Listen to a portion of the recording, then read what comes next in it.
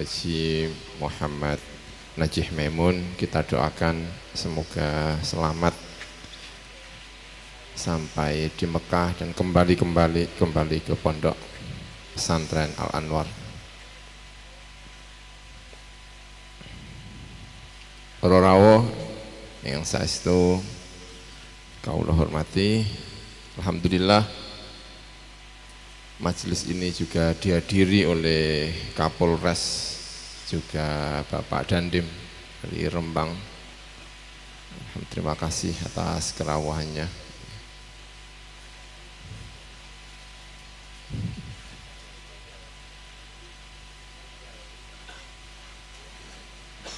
Salajengipun inggih menika mau'izah hasanah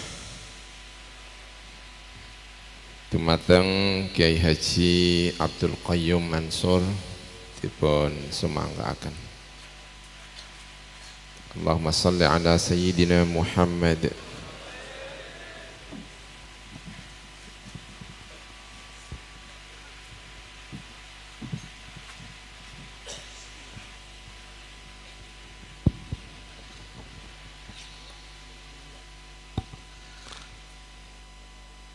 Assalamualaikum warahmatullahi wabarakatuh.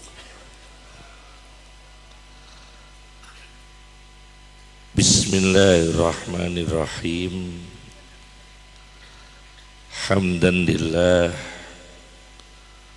salatan wassalaman ala Sayyidina Muhammad ibn Abdillah Rasulillah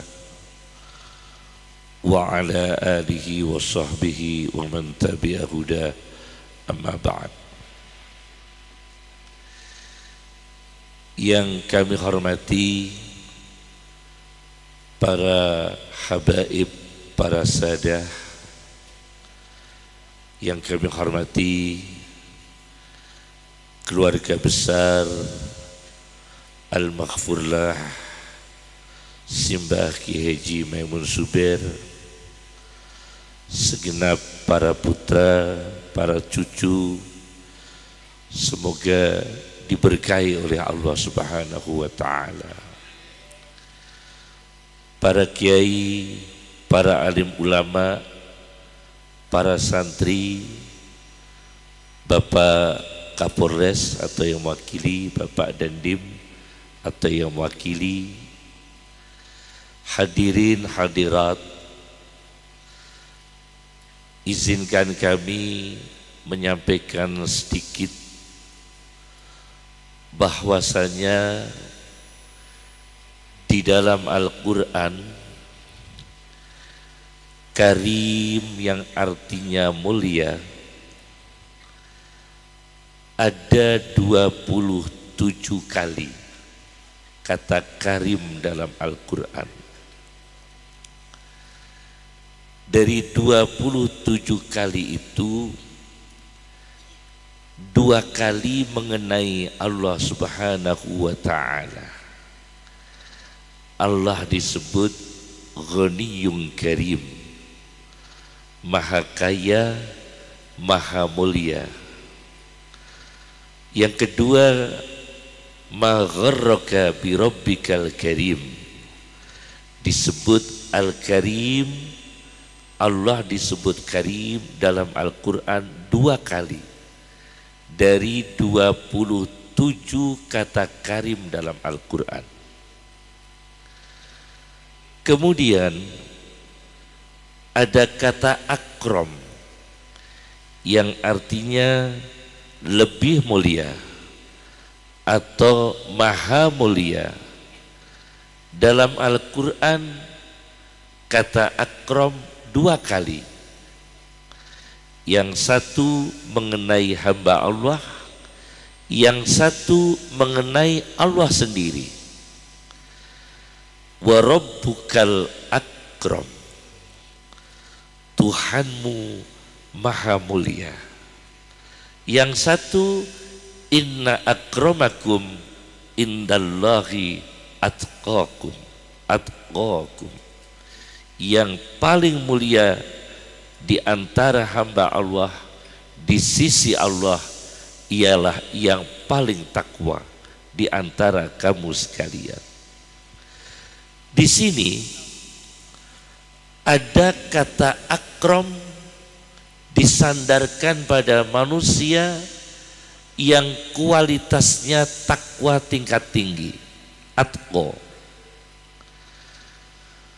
Kemudian kata karim dalam Al-Quran 27 kali, ruang-ruang orang yang ada di posisi karomah. Orang-orang yang mendapatkan karomah itu memasuki karim-karim dalam Al-Quran melalui qaulan karima, perkataan yang mulia. Akhirnya dia mendapatkan karomah. Melalui rizqan karima, rezeki yang mulia, dia menjadi aulia. Melalui mudkhalan karima, tempat masuk yang mulia, akhirnya dia menjadi ulama, menjadi aulia. Insya Allah Mbah Maimun melengkapi elemen-elemen ruang-ruang karim itu, insya Allah dipenuhi oleh Kiai Haji Maimun Zubair. Indikasinya ialah yang menunjukkan bahwasanya Mbah Maimun Zubair memasuki pada ruang-ruang karim itu diindikasikan beliau wafat di Makkah, dimakamkan di Ma'la. Ada satu kitab berjudul Syifa'ul Gharam bi Akhbaril Baladil Haram. Syifa'ul Gharam bi Akhbaril Baladil Haram. Sebuah kitab tentang negeri Makkah, karya Muhammad bin Ahmad Al-Fasi Al-Makki. Di situ dijelaskan bahwa Nabi bersabda dengan 3 hadis. Orang yang wafat di salah satu Makkah Madinah, besok pada hari kiamat dibangkitkan Allah fil aminin, di dalam golongan yang aman.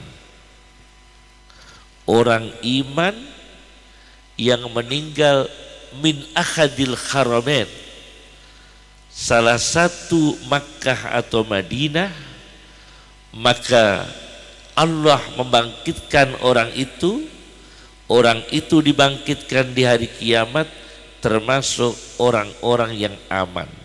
Itu redaksi hadis pertama.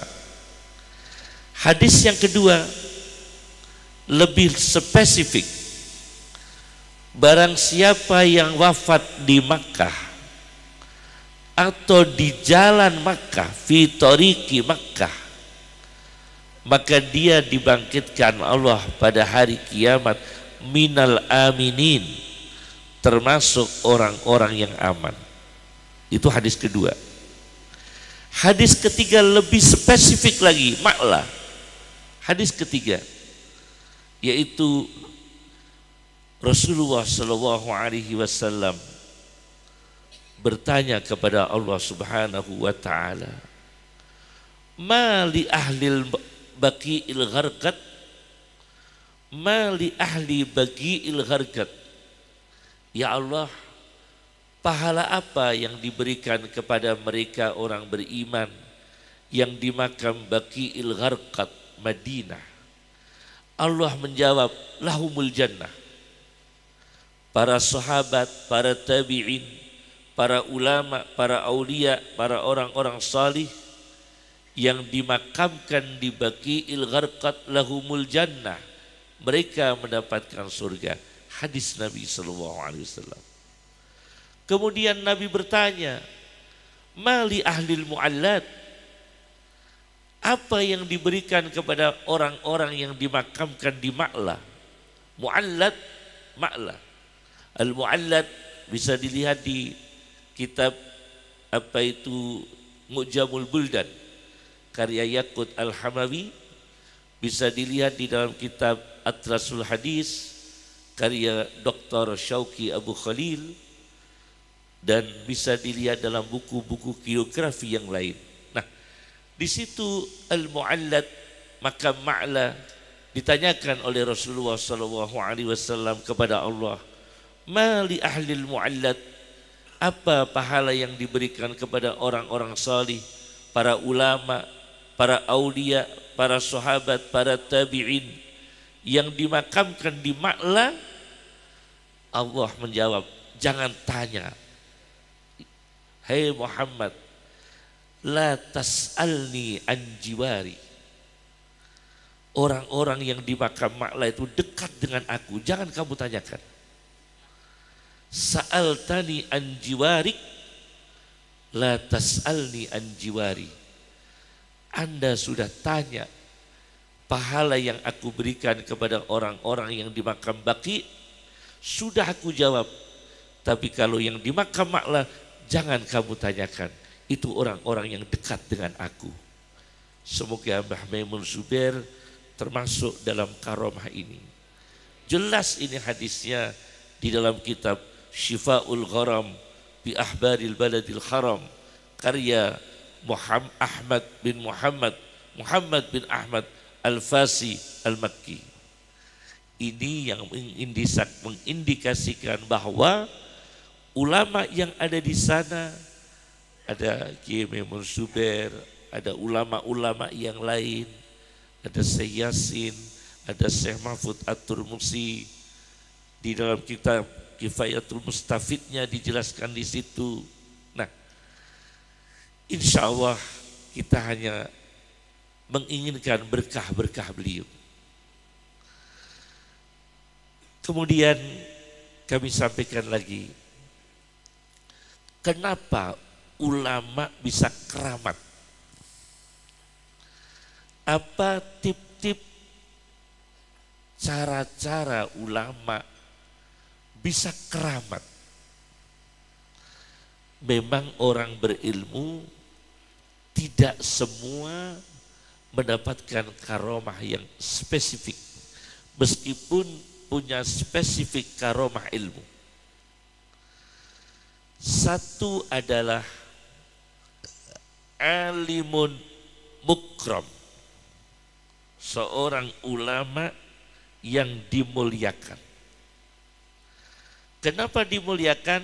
Karena mukrim, memuliakan. Karena dia memuliakan, maka dimuliakan. Karena dia menghargai, maka dihargai. Ulama seperti ini biasanya tawadhu sekali, ditandai dengan tawadhu. Sampai dulu ada ulama yang mengarang kitab tidak mau mengaku karangannya, dinisbatkan pada orang lain, saking ikhlasnya. Jangan sampai diketahui karyaku. Tidak seperti kita, Google saja bilang karya kita. Jadi ulama dulu enggak, karyanya sendiri dinisbatkan pada orang lain. Bahkan Ahmad bin Hanbal itu kalau berdoa kan banyak kabulnya. Tapi ketika diminta berdoa ada kesulitan manusia, beliau mendiamkan dulu. Begitu orangnya keluar baru didoakan. Supaya nanti kalau kabul tidak populer doanya dia. Itu Ahmad bin Hanbal. Jadi Ahmad bin Hanbal dapat tamu, ada kesulitan, minta didoakan muskilah ini, problem ini, penyakit ini, kesulitan ini. Beliau tidak mensegerakan berdoa di depan tamunya. Tamunya keluar, diam-diam Ahmad bin Hanbal mendoakan. Begitu berhasil, tidak populer doa beliau. Inilah cara orang dulu, seorang ulama. Tidak seperti kita ini. Orang mandi wes ngaku mandi. Orang alim ngaku alim. Jadi ulama dulu Masya Allah, tawadhu sekali. Maka mulia, karomah. Yang kedua, ulama yang mulia keramat itu ulama yang ifadah istifadah. Dia mengambil faidah, istifadah, juga memberi faidah. Imam Nawawi di dalam kitabnya Bustanul Arifin mengatakan hadis Nabi dari Sunan Tirmidzi, la yashba'al mu'minu min khairin yasma'uhu. Tidak akan merasa kenyang orang yang beriman dari kebaikan yang dia dengar. Yang menyampaikan itu orang awam, kita terima. Orang yang lebih tidak pintar dari kita, kita terima. Selama itu kebaikan. Orang di bawah kita menasihati kita, kita terima. Khutbahnya orang yang di bawah kita, kita terima. Itu menunjukkan insya Allah kita mendapatkan karomah. Karena membiasakan menerima kebaikan dari berbagai sumber, meskipun orang-orang itu di bawah kita, di dalam ilmunya, di dalam kehormatannya, di dalam nasabnya, meskipun di bawah kita. Itu yang kedua, mau istifadah, mau ifadah. Kiai-kiai dulu Masya Allah, kakek saya juga lama mengaji di Sarang, di Umar Harun. Kemudian ayah saya di Gunggang 9 tahun ikut istifadah dengan Mbah Ahmad, Mbah Imam, Mbah Zubair selama mengungsi di Gonggang 9 bulan. Menggonggang di 9 bulan. Dan makanan itu dikirim dari Mbah Ahmad, dari Mus ya. Sementara bude saya satu rumah dengan Mbah Mun, ibunya Pak Salam itu waktu itu, ketika mengungsi di Sarang. Itu menyempatkan untuk mengaji ke Mbah Zubair, menyempatkan untuk mengaji ke Mbah Ahmad, menyempatkan mengaji ke Mbah Imam. Karena apa? Ifadah, istifadah. Yang ketiga, kiai keramat, ulama keramat itu alimun sahiyun, kudu lomo. Ulama keramat itu lomo. Ada ulama bernama Abu Muslim Al-Khawlani, diperintah istrinya belanja dengan membawa uang 1 dirham. Begitu belanja mau beli tepung di pasar, sebelum belanja uang itu diminta oleh pengemis. Akhirnya beliau lari ke toko lain supaya tidak diikuti pengemis. Pengemis itu masih mengikutinya. Akhirnya diberikan kepada pengemis. Gak jadi belanja beliau. Dan karena tidak punya uang, istrinya menunggu di rumah mau beli tepung. Beliau mencari tatah kayu, serbut kayu, limbah kayu. Dimasukkan dalam kantong, rapi, dibawa pulang. Dibawa pulang karena istri menunggu untuk membeli tepung terigu. Beliau uangnya sudah diminta pengemis. Beliau mencari nukhatah. Nukhatah itu limbah kayu. Begitu dibawa, dimasukkan kantong, diberikan kepada istrinya, beliau pergi. Takut istrinya marah karena enggak bawa tepung. Bawanya itu limbah kayu. Tapi alangkah terkejutnya, malam hari itu beliau datang, istrinya telah membuat roti yang lezat. Ternyata kantong yang isinya limbah kayu itu berubah menjadi tepung.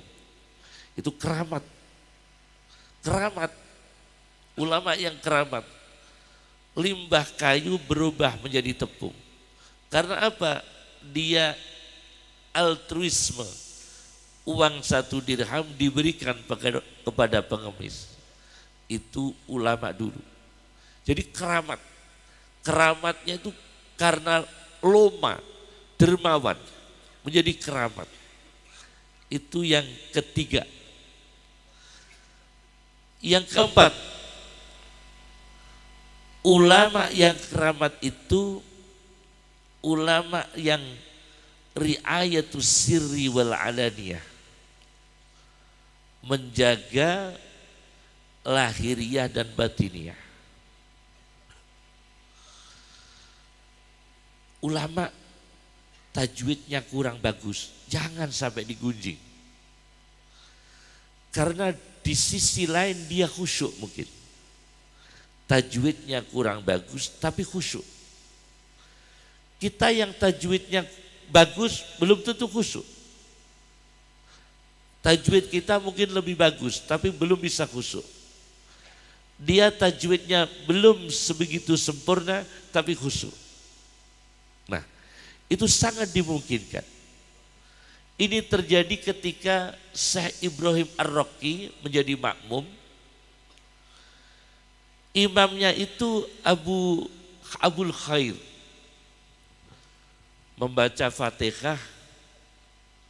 Menurut Syekh Ibrahim Ar-Raqi itu seorang mukri ahli qiraah kurang bagus. Akhirnya dia menyesal, menjadi makmum itu menyesal.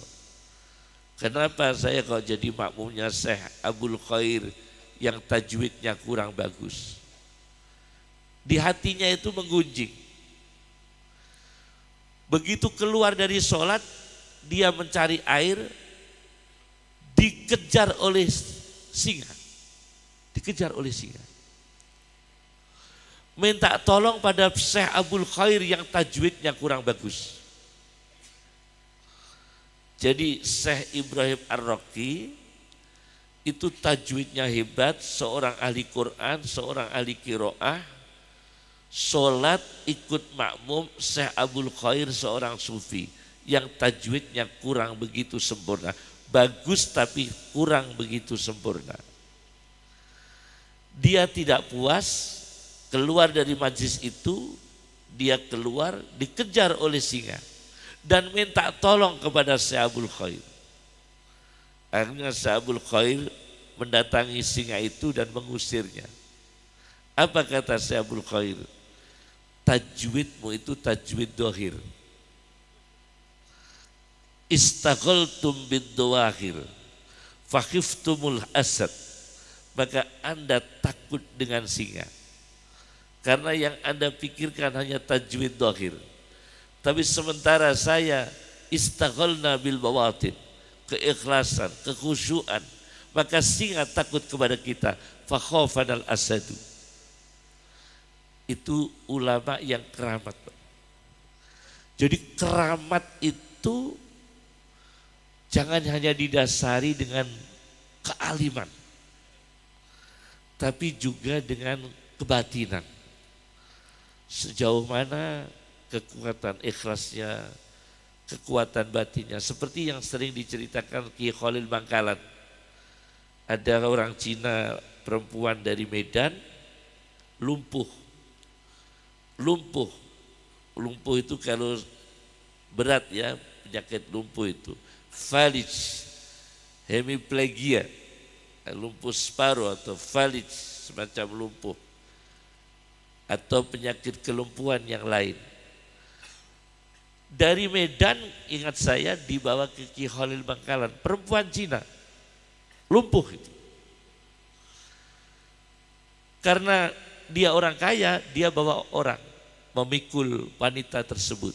Sampai di Bangkalan, dia turun, ditandu, dipikul 4 orang. Masuk di halaman Ki Khalil Madura, Ki Khalil Madura itu marah-marah. Keluar dari rumah, menurut sejarah ini, keluar dari rumah bawa pedang. Bawa pedang begini, mengacungkan pedang. Akhirnya yang mikul perempuan itu lari. Lari dan perempuan yang lumpuh itu ikut lari. Nah ini karomah. Perempuan yang lumpuh itu ikut lari. Sarafnya aktif itu. Ternyata teori ini ada di dalam kitab La Tahzan karya Dr. Aid Al-Qarni. Orang-orang lumpuh ada pengobatannya dengan digigit kalajengking. Karena kalau digigit kalajengking sarafnya aktif. Tapi jangan dipraktekkan. Jangan dipraktekkan. Itu memang ada di dalam kitab La Tahzan karya Dr. Aid Al-Qarni. Orang lumpuh digigit kalajengking aktif sarafnya. Ternyata ketika di depan Ki Khalil bawa pedang kan takut. Motoriknya aktif. Yang mikul lari, Cina yang dipikul tadi, yang lumpuh ikut lari. Akhirnya sembuh dengan izin Allah Subhanahu wa taala. Inilah kiai keramat dulu. Jadi perilakunya itu tidak semata-mata mengancam, itu mengobati. Mengobati ilham dari Allah itu. Ilham dari Allah untuk menghidupkan, mengaktifkan sarafnya. A'sab ya. Sarafnya itu menjadi aktif.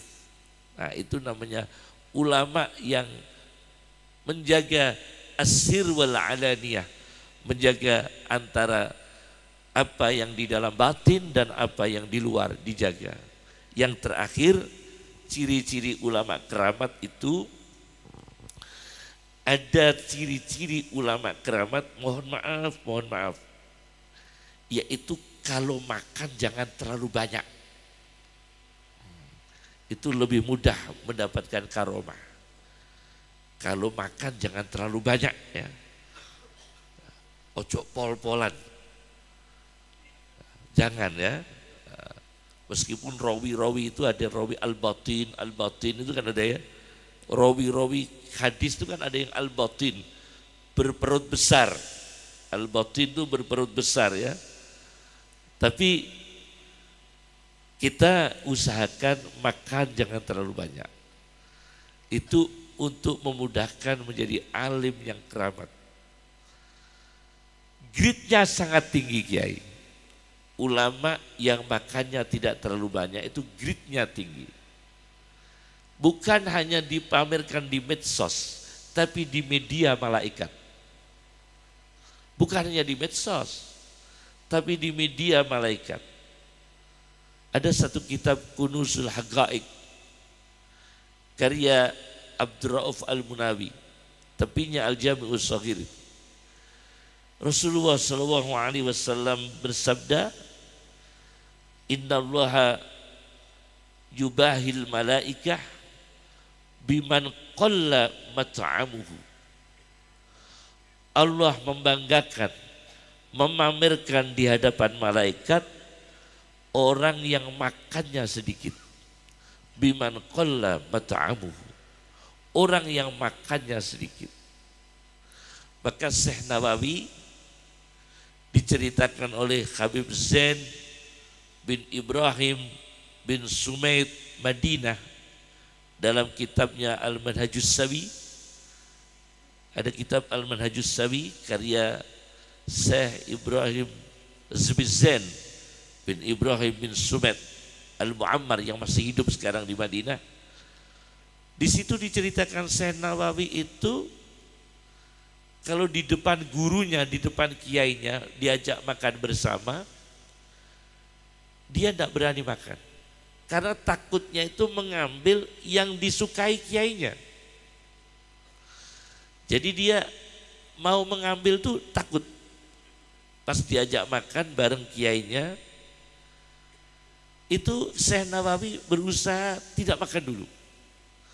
Takutnya dia mengambil, ternyata yang diambil itu yang diinginkan oleh gurunya. Maka beliau tidak berani. Itu adabnya Syekh Nawawi. Maka Syekh Nawawi karomahnya besar. Kemudian Syekh Nawawi diceritakan lagi oleh Habib Zain bin Ibrahim bin Sumaid bahwasanya Syekh Nawawi itu kalau mau mengaji dia bersedekah dulu, diniatkan pahalanya untuk gurunya, dan niatnya, ya Allah jangan sampai diperlihatkan kepada kami kekurangan guru kami, ya Allah jangan sampai engkau perlihatkan kekurangan guru kami terhadap kami, supaya kami selalu menghormatinya. Jadi tidak ingin Imam Nawawi itu tahu kekurangan gurunya. Maka kalau punya guru baca kitab salah-salah sedikit, jangan sampai dikritik. Wajarlah, wajar orang Jawa. Baca kitab salah-salah sidik itu. Di Lasem dulu itu ada Kiai Waltakun. Kiai Waltakun itu setiap event apapun tuh dalilnya satu. Wal takum minkum ummatun, berangkatkan jenazah wal takum minkum ummatun,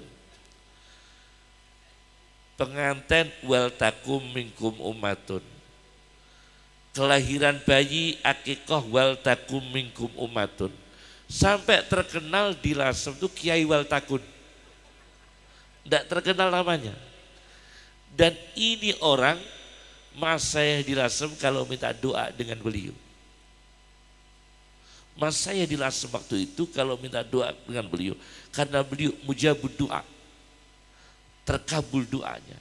Padahal cuma bisanya satu dalil, wal takun. Luar biasa itu. Kalau kita kan enggak, banyak dalil tapi biasa luar. Biasa luar artinya enggak keramat, karena ikhlasnya kurang. Itu ada Kiai Waltakun luar biasa. Jadi yang terakhir, ciri-ciri ulama yang keramat itu diantaranya ialah man qalla mat'amuhu, sedikit makannya. Sedikit makannya. Saya ingat Kiai Sahal Mahfud, Pak Le saya, adik kandung ibu saya, Kiai Sahal Mahfud dulu cukup lama dipun gula mentah sama ulama sarang, diantaranya dengan Mbah Ahmad, Mbah Zubair, dan masayih-masayih yang lain. Beliau kan kurus.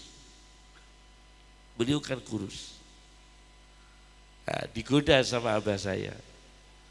Hal, abah saya panggilnya Hal. Awakmu nakhilul jismi, Syekh Abdul Qadir tuh kurus. Kata Kiai Sahal, sayangnya aku kan gak Robul Qomah.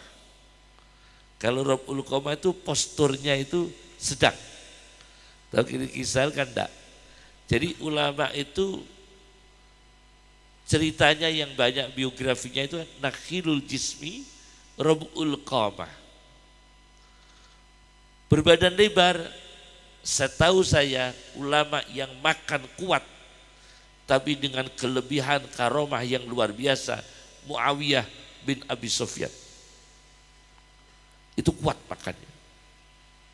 Tapi Muawiyah dengan segala karomahnya, dengan segala keistimewaannya, Bazim Asy'ari itu, ayah saya dengan Ki Badrus Purwoasri, itu kan makan, kalau di rumah Bazim kan beli, ayah saya sama Ki Badrus. Itu kalau Bazim itu kalau menjam makan sehari-hari, luar biasa Pak. Macam-macam menu. Tapi tidak dimakan. Supaya punya sisa banyak nanti diberikan kepada santri. Diberikan kepada tetangga. Itu kelebihan beliau. Jadi yang dimakan beliau sedikit. Yang dimakan beliau sedikit. Inilah yang bisa saya sampaikan. Semoga barokah dan kita hanya mengambil berkah dari para ulama dulu. Semoga bermanfaat dan seluruh amal dan apa yang ditinggalkan Mbah Maimun, karya-karya besar beliau, tarbiyah beliau, ibadah beliau, suluk beliau, dan sirah-sirah beliau yang bisa kita teladani, yang kita mampu untuk diteladani.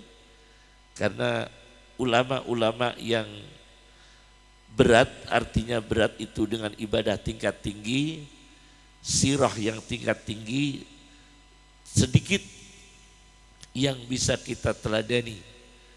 Seperti kehilangan ulama-ulama dulu, itu memang al-ilmu nurun, ilmunya menjadi menurun. Al-ilmu nurun, ilmunya menjadi menurun. Tetapi alhamdulillah bangsa Indonesia ini diberi karunia oleh Allah Subhanahu wa taala. Kecenderungan tafaqquh fiddin itu luar biasa. Himmah pada agama Allah luar biasa. Bangsa Indonesia ini. Dan orang memuliakan orang ahli agama luar biasa. Dirasakan sekali, may yuridillahu bihi khairan yufaqihu fiddin. Sedikit saja paham agama, nasibnya baik. Yuridillahu bihi khairan. Allah menghendaki nasibnya baik. Orang yang diberi pemahaman sedikit saja dari agama, nasibnya baik. Sampai ilmu ila hadrati itu bisa ziarah berkali-kali. Ngimami ziarah wali songo, ngimami umroh, ngimami apa. Itu dengan ilmu ila hadrati saja. Itu berkahnya luar biasa. Manakib berkahnya luar biasa. Itu diantaranya anugerah Allah, hadiah Allah yang diberikan kepada bangsa Indonesia. Sampai orang awam saja itu bisa dihormati. Orang awam. Saking lunaknya hati kita ini terhadap ulama, lunaknya hati kita ini kepada orang-orang yang difahamkan Allah pada agama Allah Subhanahu wa taala. Cukup dari kami, semoga berkah semua. Kita mendapatkan berkahnya Mbah Maimun dan semua putra dan cucu, mungkin sampun canggan atau cicit buyut, sampun buyut. Mbah Mun sampun buyut. Sampun buyut ya.